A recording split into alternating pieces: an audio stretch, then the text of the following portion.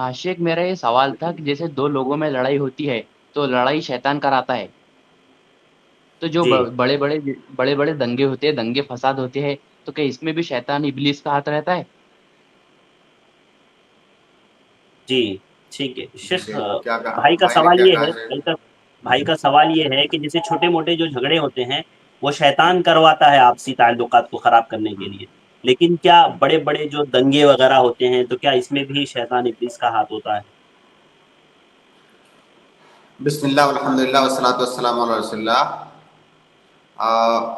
انسان اس دنیا کے اندر جو بھی گناہ کرتا ہے، غلط کام کرتا ہے، چاہے وہ گناہ دنگا فساد ہو، لڑائی جھگڑا ہو، بہت ساری اس کی صورتیں ہو سکتی ہیں۔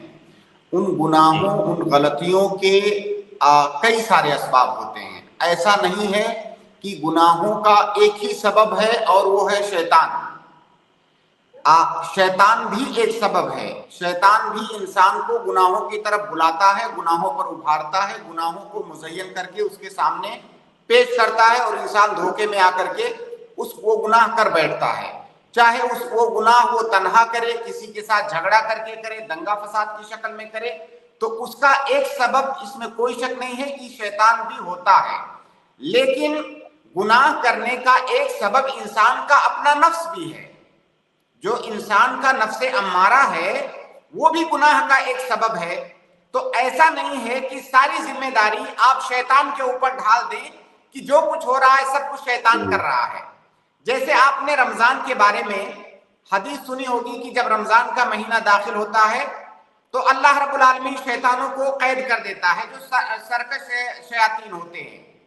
کئی سارے لوگ یہ کہتے ہیں کہ رمضان کے مہینے میں بھی انسان گناہ کے کام کیوں کرتا ہے جبکہ شیطان تو قید ہے۔ تو بھائی جی شیطان قید ہے، لیکن انسان کے اندر اللہ تعالیٰ نے گناہ کرنے کا جو مادہ رکھا ہے، جو نفس امارہ ہے اس کا، وہ تو اس کے پاس موجود ہے۔ تو ایسا نہیں ہے کہ گناہوں کا ایک ہی سبب ہے اور وہ ہے شیطان۔ شیطان بھی ایک سبب ہے، انسان کا اپنا نفس بھی ایک سبب ہے۔ یہ تمام اسباب کی بنیاد پر انسان گناہ کرتا ہے۔